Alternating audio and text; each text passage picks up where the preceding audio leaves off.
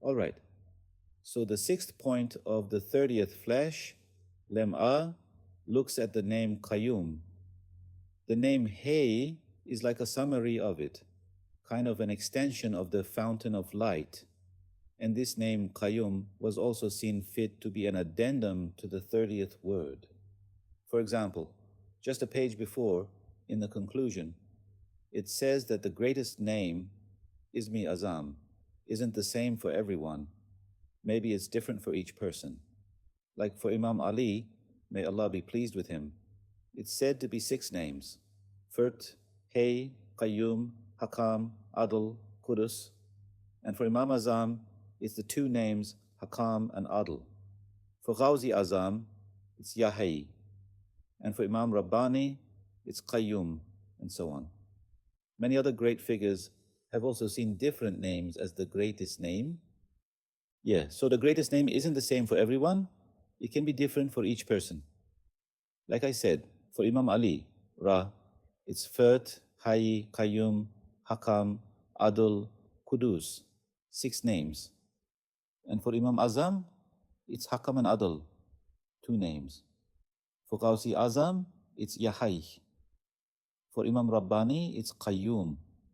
And you know, there are many other such figures who saw different names as the greatest name. So which name are we going to read? We're going to read the name Qayyum, whose greatest name was the name Qayyum. It was Imam Rabbani Ahmad Farooqi's. May his secret be sanctified. His greatest name was Qayyum, and like I said, many other great figures saw other names as the greatest name. At the beginning of Ayat al-Quran, there was a sentence. What was it? There's a noble verse, and it was giving its meaning. And I did not create the jinn and mankind except to worship me. With the secret of this great verse, the wisdom and purpose of sending humans to this world is to recognize the creator of the universe, to believe in him and to worship him. That's the innate duty and the binding obligation of humans, belief and the knowledge of Allah, and to affirm his existence and oneness with understanding and certainty, it says. It's stated in the noble verse, you know. وَمَا خَلَقْتُ الْجِنَّ وَالْإِنسَ إِلَّا لِيَعْبُدُونَ. I did not create the jinn and mankind except to worship me. Ilah means, of course, belief is also a form of worship. So believing is also worship. That's why the Master, Ustad, says, the wisdom and purpose of sending humans to this world is to recognize the creator of the universe, to believe in him and to worship him. And here, with which of his names are we going to recognize Allah? We're going to recognize Allah with his name Qayyum.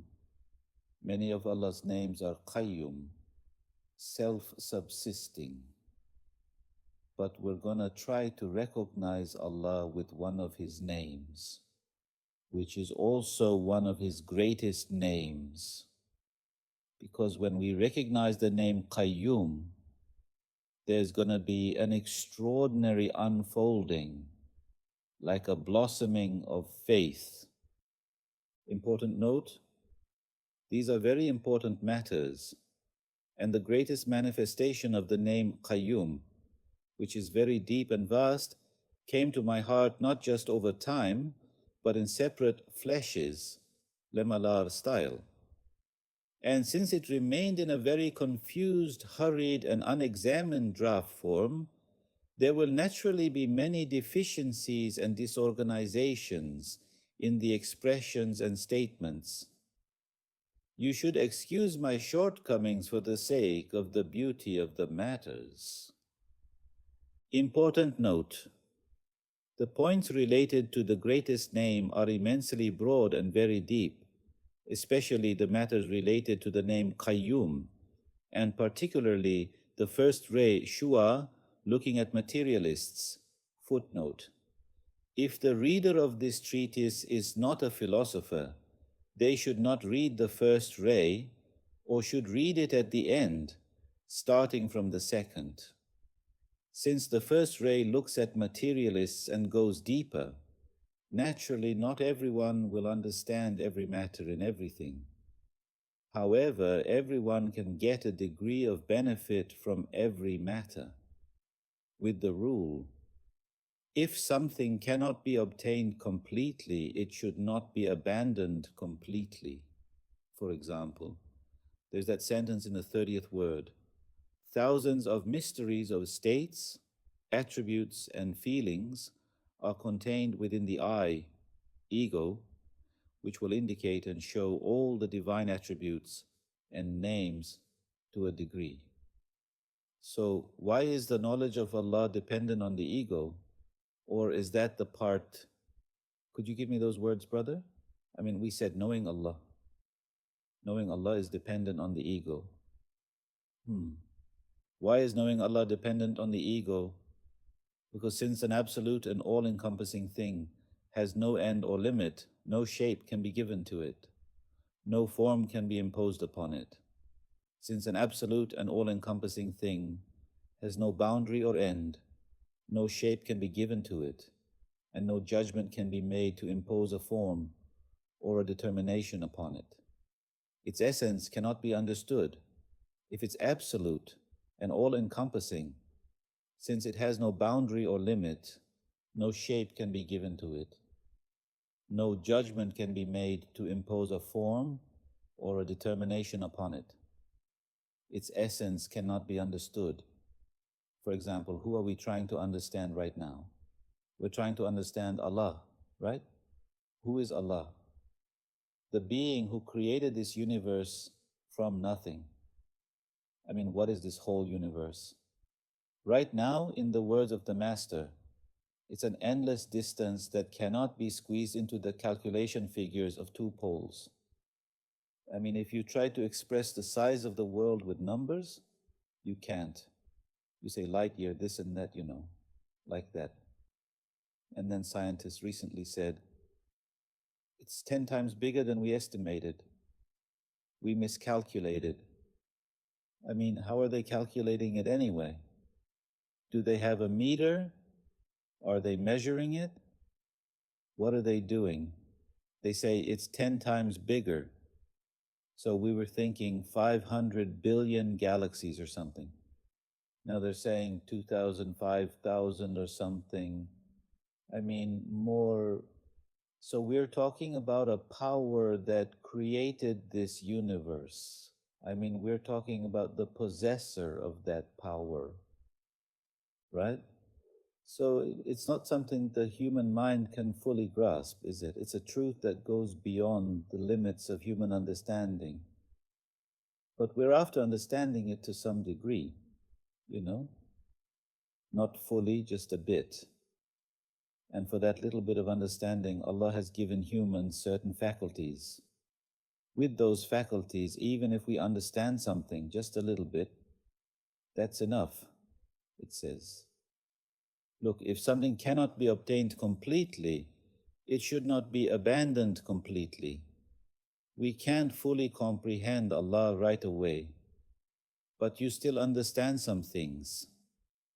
I mean, there are truths expressed in the words of the RİSALE-İ. In the light of those sentences, you still understand something. Yeah. That little bit you understand is enough. It says, right? If something cannot be obtained completely, it should not be abandoned completely. So just because I can't pluck all the fruits of this spiritual garden doesn't mean it's wise to give up.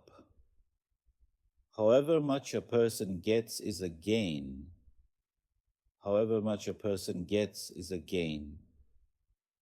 Just as there are aspects of the issues related to the greatest name that are too vast to encompass, there are also aspects that are too subtle for the mind to perceive. Just as there are aspects of the issues related to the greatest name that are too vast to encompass, there are also aspects that are too subtle for the mind to perceive. I mean, on one hand, Allah's power encompasses the entire universe. It has encompassed the whole universe. It governs everything. And on the other hand, right, it governs the turning of an electron within an atom inside a cell down to the finest detail. Just as it governs the entire universe at once, it also governs the finest detail of everything. So there's such a power, especially the first ray of the name Kayyum, regarding the signs of the names Hayy and Qayyum, and particularly regarding the signs of life against the pillars of faith, and especially the pillar of destiny and divine decree, is something that not everyone's intellect can fully grasp. But you won't be left without a feeling. In fact, it probably strengthens your faith in every case. So, what are we obligated with? We are obligated with faith. Why are we obligated with faith? Well, what are we going to believe in, right? We're going to believe in the truths of faith. So the more we understand and comprehend those truths of faith, the stronger our faith will become. The importance of strengthening faith, which is the key to eternal bliss, is immense. The importance of strengthening faith, which is the key to eternal bliss, is immense. This comes up a lot in the RİSALE-İ Nur, doesn't it? I mean, what is faith the key to? It's the key to eternal bliss. It's also the key to happiness in this world. It's the key to eternal happiness. I mean, who will enter eternal happiness? Paradise. It's established by the noble verse. Indeed, those who have believed and done righteous deeds will have gardens beneath which rivers flow. Isn't it clear? So to whom? To those who believe and do righteous deeds. So as a person believes and is successful in doing righteous deeds, it means the door of paradise is opening. Is there any other way to enter besides that? Number so, every deed that strengthens our faith and strengthens our righteous deeds becomes valuable. That's why the importance of strengthening faith, which is the key to eternal bliss, is immense. So this person doesn't pray, that person doesn't pay attention to piety, let them not. I mean, that's their business, right? If you want to enter paradise, you have to do these things. I mean, you yourself will decide that. If you want paradise, Allah has stated the condition. No, I'll enter paradise without believing and without doing righteous deeds. Well, then what's the point of that verse? Right? Why does that verse exist then? Why does that verse exist? I mean, Allah has stated His condition. So, since this is a lesson about faith, it says even a little bit of strength to our thing is a great gain. Because does eternal bliss have a price equivalent as a value? I mean, right? When you think of it as a value, it must be an infinite value. Because, for example, it says eternally, right? It says people will abide there forever. I mean, you will abide eternally, you will receive blessings eternally. Well, its value is eternal. It's infinite. And if one is going to gain something infinite, then it's an infinite gain. Even a little effort to gain an infinite gain is very valuable because it leads to the infinite. I mean, a person says, I'm going somewhere for 4 days, they say. It's 100 lira per day, they say. Is that 400 lira? If it were 40 days, it would go up exponentially, right? If it were eternal, it would have an eternal price. So, what would be the daily cost of the treats, favors, and blessings in paradise? I mean, think about it being given eternally. Its price is faith and righteous deeds. The importance of strengthening faith, which is the key to eternal bliss, is immense. Even a speck of increase in the strength of faith is a treasure. So, yeah, This universe isn't standing still. This universe relies on Allah's power. Behind this universe is Allah. This universe relies on Allah, everything. If He weren't there, or if He hadn't created it, perish the thought, nothing would exist. The name Kayyum is coming up anyway. As we sense the Qayyumiyya, self-subsistence, the existence of the universe becomes evidence for the existence of Allah. So it's coming up now. Even a speck of increase in the strength of faith is a treasure. Imam Rabbani Ahmad Farooqi says, "The unfolding of one small matter of faith is more preferable in my sight than hundreds of spiritual delights and miracles."